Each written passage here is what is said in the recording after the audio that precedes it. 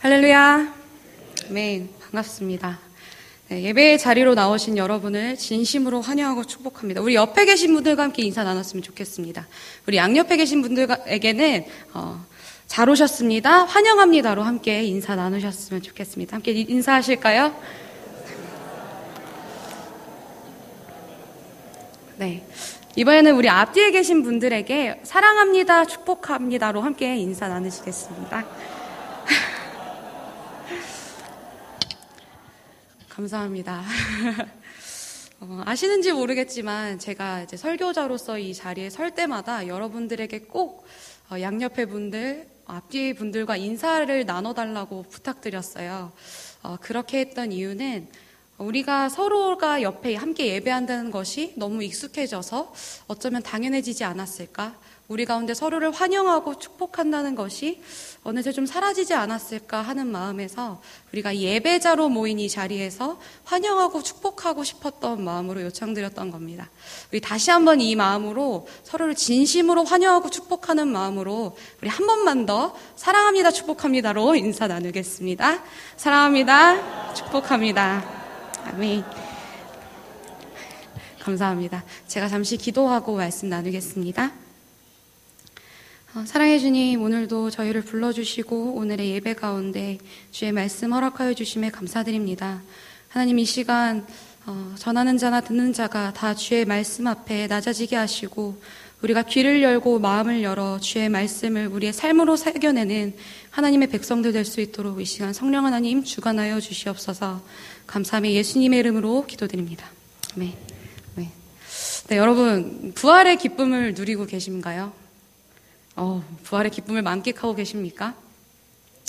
사실 어쩌면 이게 어떤 분들에게는 지금 이게 무슨 소리야, 부활절이 지난 지가 벌써 몇 주나 됐는데 부활의 기쁨? 언제쯤 얘기하고 있는 거지? 하는 생각이 드시는 분도 계실 것 같습니다. 설교를 준비하면서 이제 문득 조금 억울하다는 생각이 들었었어요.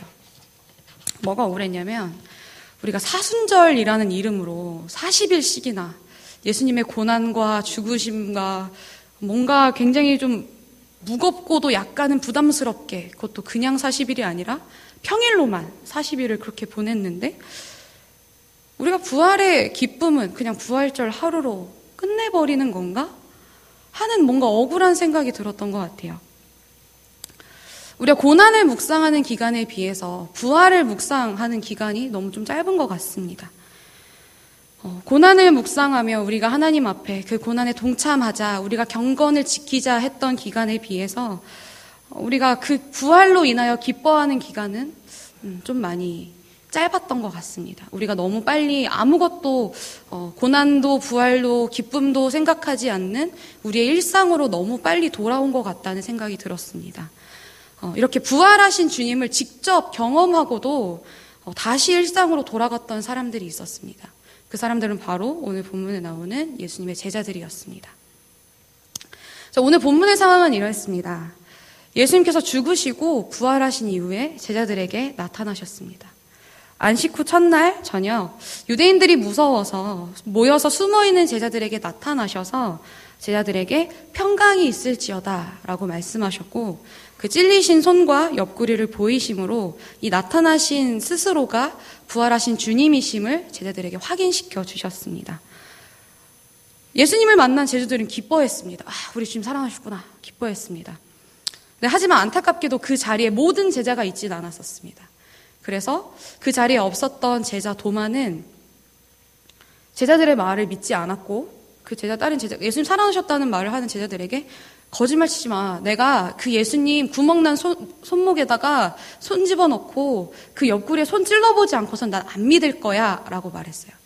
그래서 예수님은 이 믿지 않는 제자 도마를 위하여 다시 한번 나타나셨고, 그리고 이로써 이 제자들은, 모든 제자들이 부활하신 주님을 만나고 경험하게 됩니다.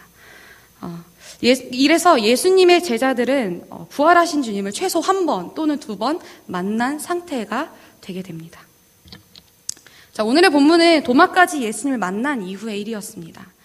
베드로와 도마, 그리고 나다나엘, 요한과 야고보, 그리고 다른 2명의 제자까지 총 7명의 사람들이 함께 있었을 때였습니다.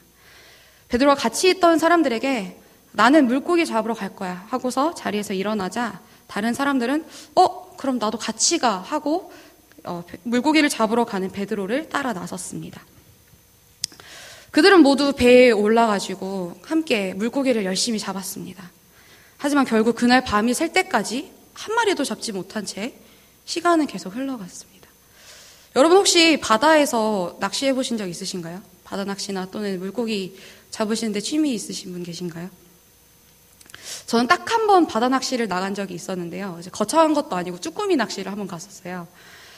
근데 그 바다까지 나가서 물고기를 잡으려고 하는데 배가 파도로 인해서 계속 흔들리고 배가 계속 요동치니까 막상 낚싯대는 몇 번 던져보지도 못하고 지쳐서 선창에 거의 기어 들어가서 잠만 자다 나왔던 기억이 있습니다. 지금 이 제자들은 예수님을 따라 나선 순간부터 다시 이 자리로 돌아오기까지 거의 한 3년에 가까운 시간을 이 물고기 잡는 일을 놓다가 다시 이 일로 돌아왔을 때 이들은 얼마나 힘들었을까요? 그 물고기를 잡는다는 게 끊임없는 파도 위에서 뭔가를 계속 노력하고 애써야 한다는 게 얼마나 힘들었을까요? 근데 심지어 뭐라도 잡으면 성취감이라도 있었을 텐데 아무것도 잡지 못한 허탈감으로 이들은 지쳐서 널브러져 있었을 것 같습니다. 어느덧 시간이 흘러서 동이틀 무렵이 되었고 제자들 눈에는 어떤 사람이 저 멀리 바닷가에 서 있는 것이 보였습니다. 그분은 예수님이었지만 제자들은 그분이 예수님이신 줄을 알아보지 못했습니다. 제자들이 알아보지 못하는 그 예수님께서 멀리서 제자들에게 물어보셨습니다. 얘들아, 물고기 좀 잡았니? 하고 예수님 물어보셨어요. 그러자 제자들은 누군지도 모르면서 아니요, 하나도 못 잡았는데요 라고 대답했어요. 그러자 예수님께서는 그물을 배 오른편에 던져. 그럼 물고기가 잡힐 거야 라고 말씀하셨어요. 그러자 제자들은 그 누군지도 모르면서 그 사람이 시키는 대로 순순히 배 오른편에 그물을 던졌고 성경에 의하면 그물을 들어 올릴 수 없을 만큼 많은 수의 물고기가 잡혔다고 기록되어 있습니다. 그래서 이 제자들의 모습, 여기까지만 보더라도 참 뭔가 좀 초라해 보이지 않습니까? 부활하신 주님을 두 번 또는 한 번이나 만나고도 결국 이들이 선택한 것은 예수님을 만나기 아예 그 이전으로 돌아간 것이었습니다. 근데 그 자리로 다시 돌아가서 성공하는 것도 아니라 오히려 실패하는, 자신들이 그렇게 밤새도록 애썼지만 아무것도 잡지 못하는 그 상황으로 다시 돌아가게 됩니다. 우리 삶도 사실 이들과 다를 것이 없습니다. 우리는 하나님을 만난 경험이 있거나 혹은 하나님의 말씀을 듣고 깨달음을 얻고도 다시 그 이전의 삶으로 돌아가는 이 제자들의 모습과 참 닮아있는 삶을 살아가고 있습니다. 열심히 이 무거운 그물을 끌어올리고 있는데 한 제자가 외쳤습니다. 주님이시다 하고 외쳤습니다. 주님이시다. 이 제자는 어떻게 저 그물을 배 오른편에 던지라고 하는 저 사람이 예수님이신 줄을 알았을까요? 이 물고기를 끌어올리고 있는 장면이 어딘가 좀 익숙하지 않으십니까? 누가복음 5장 1절에서 11절에 이르면 예수님께서 그 어부들을 제자로 부르시는 장면이 나옵니다. 밤이 새도록 수고하였지만 아무것도 잡은 것이 없었던 그들에게 예수님께서는 깊은 곳으로 나아가 그물을 던져라고 말씀하셨고 예수님이 누군지도 몰랐던 그 제자들은 내가 밤새 수고하였지만 그러나 당신의 말을 의지함으로 제가 해보겠습니다 해서 그날 그물이 찢어지게 많은 물고기를 건져 올렸습니다. 그래서 이 사건을 경험한 당사자와 옆에서 그것을 목격하고 있던 다른 어부들이 예수님을 따라와서 예수님의 제자가 되었고 그리고 지금 이 자리에서 똑같이 또 그물을 던지고 있었던 거였어요. 아마도 이 제자는 그때의 그 경험이 생각났던 것 같습니다. 아, 주님이시다. 주님이시다. 그래서 그는 직감에 따라서 배 오른편에 그물을 던지라는 저 사람은 우리를 불렀던 그 예수구나, 주님이구나 하고 주저없이 외쳤습니다. 이 말을 들은 옆에 있던 베드로가 벗고 있다가 겉옷을 입고 바다에 뛰어들어 주님을 향해 달려갔습니다. 그러나 다른 제자들은 바로 주님에게 향하지 않고 물고기가 든 그물까지 챙긴 후에 육지로 올라왔습니다. 그들이 땅에 올라와 보니 웬 숯불이 피워져 있고 그 위에 생선과 떡이 구워져 있는 것을 보게 되었습니다. 예수님께서는 제자들에게 오셔서 오늘 우리가 읽었던 것처럼 와서 조밥 먹어라, 아침밥 먹어 하면서 이들을 초청하셨어요. 이 제자들은 이미 이 말씀하고 계시는 분이 이 사람이 예수님이신 줄을 알았기 때문에 누구신데 저희 보고 지금 밥 먹으라고 하는 거예요? 라고 묻지 않고 순순히 그 예수님의 초대를 받아들였습니다. 그래서 만약에 저였다면, 제가 이 제자의 입장이었다면 저는 예수님과 아침을 먹는 이 순간이 굉장히 민망하고 좀 껄끄러웠을 것 같습니다. 3년이나 함께 다녀놓고 정말 중요한 순간에는 도망쳐버리고 심지어 베드로는 예수님을 따라갔다가 예수님 모르는데요? 나 저 사람 누군지 모르는데요? 나 저주할 수도 있어요. 맹세할 수 있어요. 저 사람 몰라요. 라고 하면서 예수님을 배신까지 했어요. 이것만으로도 충분히 껄끄럽고 민망한데 이 이후에 부활하신 주님을 만나고도 또 결국 선택한 것이라고는 원래 삶으로 돌아온 이 제자들.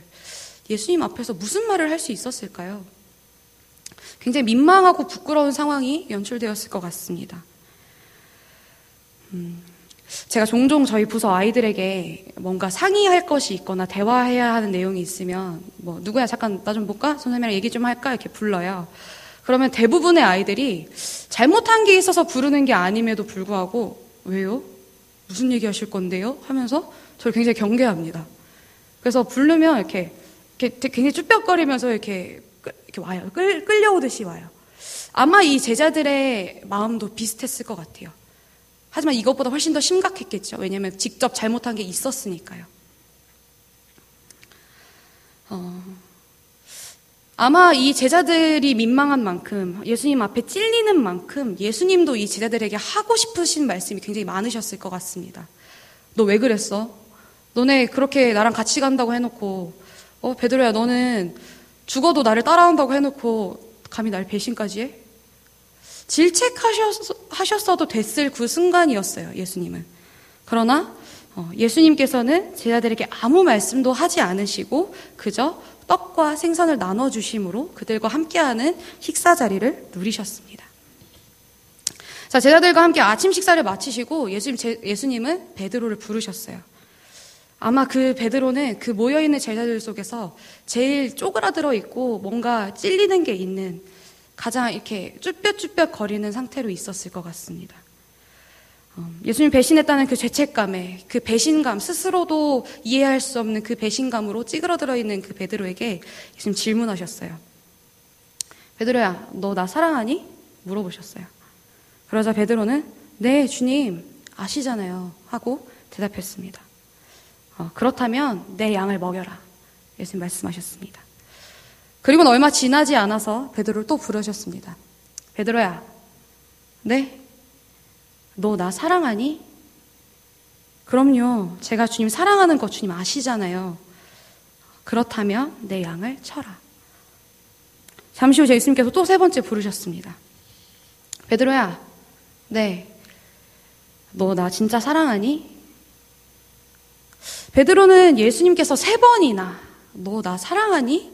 라고 물어보시자 근심해서 불안해서 다른 번역에서는 몹시 마음이 아파서 대답했습니다. 예수님께 예수님 모든 것을 아시는 분이십니다. 그러므로 내가 주님을 사랑하는 줄을 주님께서는 아십니다. 라고 베드로는 대답했습니다. 그러자 예수님께서는 그렇다면 내 양을 먹여라. 라고 예수님 대답하셨습니다. 예수님께서 베드로에게 하신 질문과 이 베드로의 대답에는 우리가 그저 텍스트로 느껴지는 것 이상의 의미가 있습니다. 예수님께서 하신 그 질문의 첫 번째 내용 안에 어떤 말이 들어있었냐면요. 네가 이 사람들보다 이것들보다 나를 더 사랑하니? 라고 물어보셨어요. 이것은 베드로야 옆에 있는 얘가 나를 10만큼 사랑하면 너는 나 12만큼 사랑하는 거야? 라고 물어보신 게 아니에요. 베드로야 네가 이 사람들보다 네가 알고 있는 것보다 네가 갖고 있는 것보다 네가 원하는 그것들보다 나를 더 사랑하니? 라고 물어보시는 거였어요. 그러자 베드로는 네 주님 아시잖아요 라고 대답합니다. 예수님께서는 이 이후에 2번 더 질문을 하십니다. 그래서 베드로는 마지막 3번째 대답을 할 때 이런 고백을 합니다. 주님, 모든 것을 아시오매 내가 주님을 사랑하는 줄을 주님께서 아시나이다 라고 대답합니다.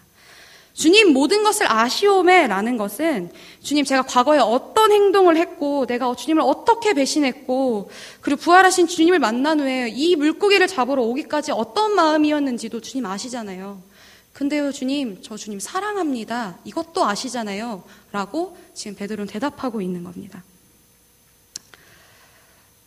베드로를 예수님을 3번이나 부인했던 그 베드로, 예수님께서는 3번의 질문을 통하여 이 베드로의 그 배신감으로부터 그 죄책감과 예수님을 향해 어쩔 줄 모르던 그 마음으로부터 베드로를 다시 회복시키셨어요. 이 회복 이후에 베드로에게 이 베드로가 앞으로 어떤 죽음으로 하나님 앞에 영광을 돌리게 될지 말씀하십니다. 베드로에게 가서 다짜고짜 내가 너 위해서 십자가에 달려서 죽었는데 내가 널 위해서 다 피 흘렸는데 너 안 죽을 거야? 나 위해서 안 죽을 거야? 라고 그 십자가를 들이밀지 않으시고 예수님을 사랑한다는 그 고백이 온전히 세워진 그 이후에 베드로에게 어떤 사역을, 어떤 사명을 맡기실 것인지 말씀하십니다. 주님은 우리를 착취하시는 분이 아니시고 우리에게 그 요구하시는 것이 어떤 죄책감을 가지고 우리를 어떤 협박하는 말투로 우리를 하시는 분이 아니십니다. 우리에게 그 어떤 것을, 어떤 사역적인 사명을 요청하시기 이전에 우리 마음속에 정말로 하나님을 사랑하는, 예수님을 그 사랑하는 마음이 있는지 물어보신다는 것입니다. 여러분 정말로 베드로의 고백처럼 예수님을 사랑하십니까? 아멘. 네. 그러나 때로는 우리는 죄책감에 사로잡힐 때가 있습니다. 나 같은 죄인이, 나 같은 인간이 예수님을 사랑한다고 해도 되나? 왜냐하면 우리는 우리 삶 속에 일어나고 있는 그 수많은 죄악의 현장들을 너무 잘 알고 있기 때문입니다. 내가 죄를 지었다, 내가 하나님 앞에서 죄인이구나를 자각하는 순간부터 우리는 우리가 가지고 있는 직분과 그리스도인이라는 신분으로부터 온갖 정죄받을 이유를 다 찾아냅니다. 내가 집사인데, 권사인데, 장로인데, 또는 전도사인데, 이렇게 죄를 지어놓고 하나님 앞에 무슨 말을 할 수 있나 하면서 우리는 끊임없이 죄책감으로부터 스스로를 얽아매고 있습니다. 또는 예수 믿는다는 사람이 뭣도 안 하고 이것도 안 하고 어떻게 이렇게 살아가나 하면서 우리의 불완전한 모습을 비난하고 정죄하기 시작합니다. 그리고 그 모습으로 하나님 앞에 나아가자니 굉장히 불편하고 껄끄러운 상황을 자꾸 만들어내고 있습니다. 하나님 앞에서 할 수 있는 고백이라고는 제가 잘못했습니다. 하나님 제가 잘못했습니다. 제 죄를 용서해 주세요. 저는 형편없는 인간입니다. 같은 고백 말고는 무슨 말을 해야 될지도 모를 것 같은 그런 삶을 살아갈 때가 있습니다. 그러나 하나님께서 정말로 우리에게 원하시는 모습이 그런 모습일까요? 끊임없이 스스로를 깎아내리고 정죄하고 하나님 앞에 죄인인 모습만을 끊임없이 복귀하는 그 모습이 하나님께서 원하시는 모습일까요? 하나님은 우리가 완전한 존재라서 흠이 없고 티도 없고 깨끗해서 우리를 사랑하시는 분이 아닙니다. 우리는 아무것도 아니고 우리가 하나님 나는 형편없는 인간입니다 같은 고백을 들으시려고 십자가에 못 박혀 죽으신 분이 아니라는 것입니다. 우리의 불완전한 모습 그대로를 사랑하시고 그리고 우리의 이 불완전함을 완전하게 하시려고 십자가에 달리신 분이시라는 것입니다. 우리가 때로는 우리의 자녀들, 우리 아이들, 우리가 맡고 있는 영혼들에게 내가 너한테 이렇게 했는데 네가 어떻게 나한테 이럴 수가 있어? 라고 어떤 질책하는 것처럼 하나님께서 우리에게 그렇게 질책하시는 분이 아니라는 것입니다. 제자들이 예수님을 떠나고 부활하신 주님을 만나기까지 했는데도 고작 하는 일이라고는 다시 예수님을 만나기 그 이전의 삶으로 돌아간 것이었습니다. 그러나 예수님은 그들에게 가셔서 내가 니네 위해 죽었는데 니네 어떻게 나한테 이럴 수가 있어? 배신이야 하신 것이 아니라 그들에게 조밥 먹어라, 아침밥 먹어라. 그들을 죄책감에서 자유하게 하시기 위하여 그들을 그 아침밥 먹는 자리로 초청하셨습니다. 예수께서는 스스로를 길이요 진리요 생명이라고 말씀하셨습니다. 또한 요한복음 8장 32절에 따르면 진리를 알지니 진리가 너희를 자유케 하리라고 말씀하셨습니다. 우리가 진리 되시는 예수님을 알 때 우리 삶 속에 참된 자유가 있을 줄로 믿습니다. 사랑하는 여러분, 하나님께서는 죄인이었던 우리를 예수 그리스도의 십자가를 통하여 자유를 허락해 주셨습니다. 십자가로 자유를 주신 분이시지 그 십자가를 빌미로 우리를 다시 한번 얽어매는 분이 아니시라는 것입니다. 우린 여전히 부활하신 주님을 만나고도 다시 원래의 삶으로 돌아가는 이 제자의 모습과도 같고, 그리고 그 모습 안에서 끊임없는 죄책감을 느끼고 있지만, 그러나 예수님은 이런 우리를 향하여 조밥 먹어라, 아침밥 먹어라, 나랑 만나자 하시면서 우리를 초청하고 계십니다. 그리고 베드로에게 물으셨던 것처럼 우리에게 묻고 계십니다. 지금 이 순간 주님을 사랑하는 그 마음이 우리 안에 있는지 주님께서 묻고 계십니다. 예수님의 이 질문에 여러분 어떻게 대답하시겠습니까? 이 시간 우리 함께 찬양으로 이 마음을 고백하는 시간을 가졌으면 좋겠는데요. 여러분 혹시 갈릴리 호숫가에서라는 오래된 찬양을 알고 계신가요? 이 찬양은 우리가 방금 읽었던 이 본문을 모티브로 한 찬양입니다. 제가 가사를 잠깐 읽어드리자면, 갈릴리 바닷가에서 주님은 시몬에게 물으셨네.